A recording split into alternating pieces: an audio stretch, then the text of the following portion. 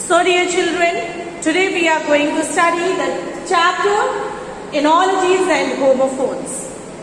It's completely a new topic for you all. Clear? Analogy you have not studied so far. It's just a new chapter for you, so concentrate on it nicely and try to understand. What is an analogy? Analogy is a comparison between two items or objects. Clear? It's a comparison. When we compare two items or two things with each other, how do we compare? Based on a similar characteristics or features. An analogy is a comparison between two items or objects based on similar characteristics or feature. The two items or the two objects which are compared with each other are having the similar characteristics or the similar features, the similar specialities. Clear? That is called the analogy. Analogy is a comparison between two items or objects based on a similar characteristics or feature. This is the definition of an analogy. It's very vast topic, but in this class, in 5th standard, you will be studying simple analogies only. Okay, we'll be talking about simple analogies. What is the use of analogies? Analogies can be very helpful for learning new vocabularies. By analogies, we can learn the new vocabularies, the new words we can learn. Simple analogies are presented in pairs. At this level, we are studying the simple analogies. And simple analogies are presented in pairs. Okay. With the first pair having the same relationship as the second pair. Pair means two words.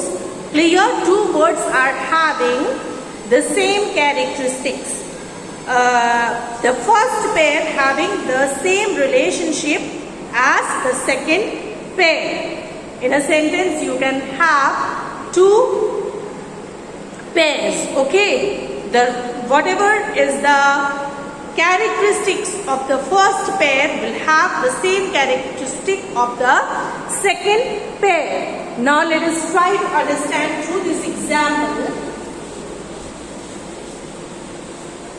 If I write here on the board, come is to go and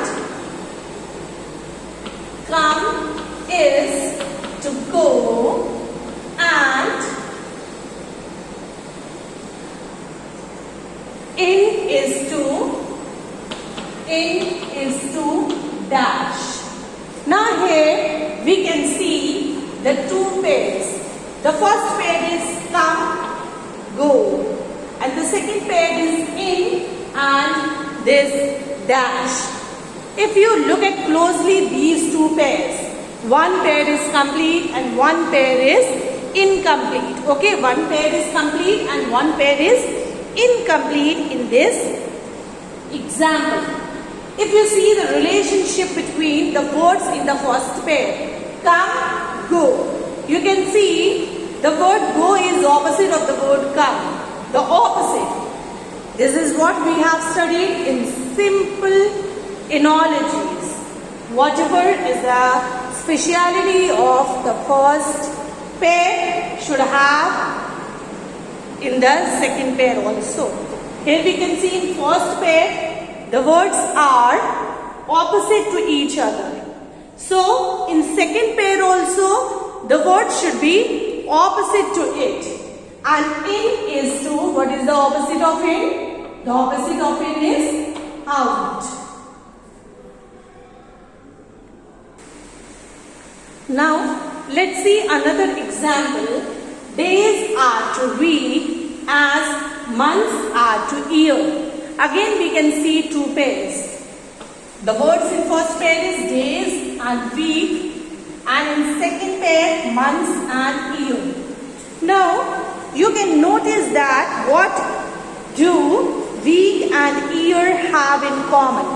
What do week and year have in common? They are both measurements of days. You can see here days, week and year. Both are the measurement of days. As days make a week, the same way months make a year. Both are the measurements of days. It's very important to learn this topic, completing analogies.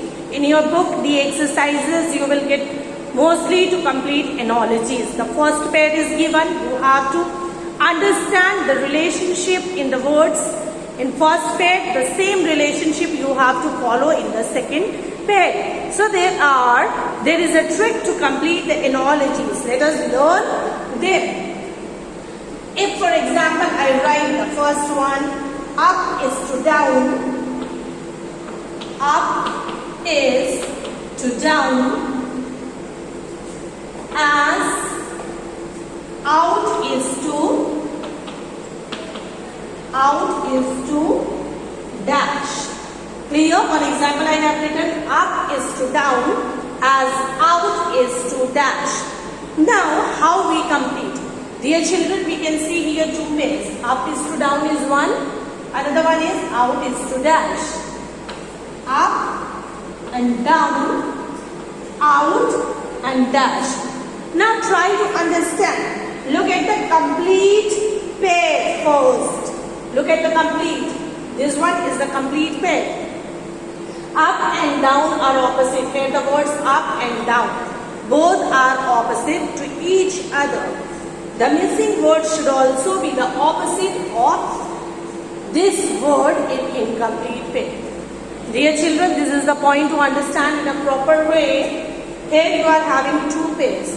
You have to concentrate on the first pair, which is complete. You have to understand the relationship between both the words. Clear? Up is to down. Up and down are the opposite words. Clear? That means the analogy, the pair which is incomplete, should also have the opposite word of it. Clear? So, what is the opposite of out? The opposite of out is in. Clear? The trick is you have to concentrate on the complete pair. And then you have to understand the relationship between this. Now let me write another example to make you understand in a better way. Exhausted is to tired, as ancient is to dash. Now again you can see here two pairs, my dear children.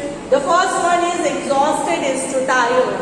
What are the words here? Exhausted and tired. Now, just see the relationship between these two words. Exhausted means tired only. Clear? Here we can see both the words are synonyms, isn't it?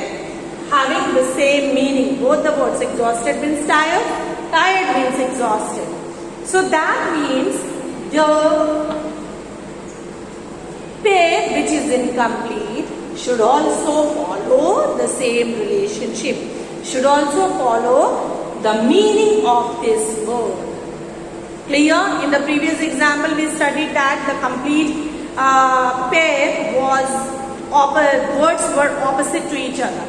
In this we can see the complete pair, the words are similar to each other. So the same way in incomplete pair we have to write similar word. Okay, similar in meaning. So what is the similar word to it? Ancient means old. Clear? Exhausted means very tired. The missing word should have a similar relationship. This missing word should have similar relationship to the word ancient. So ancient means very old. So the answer is old here. Clear? Likewise we complete the analogies. Exhausted is to tired. The same way ancient is to old. Okay. Okay. Now, so dear children, to complete an analogy, look at the complete pair. Understand it in a proper way, understand it, the complete, and then you will complete the missing word. So this is all about the analogies. I hope the topic is clear to you.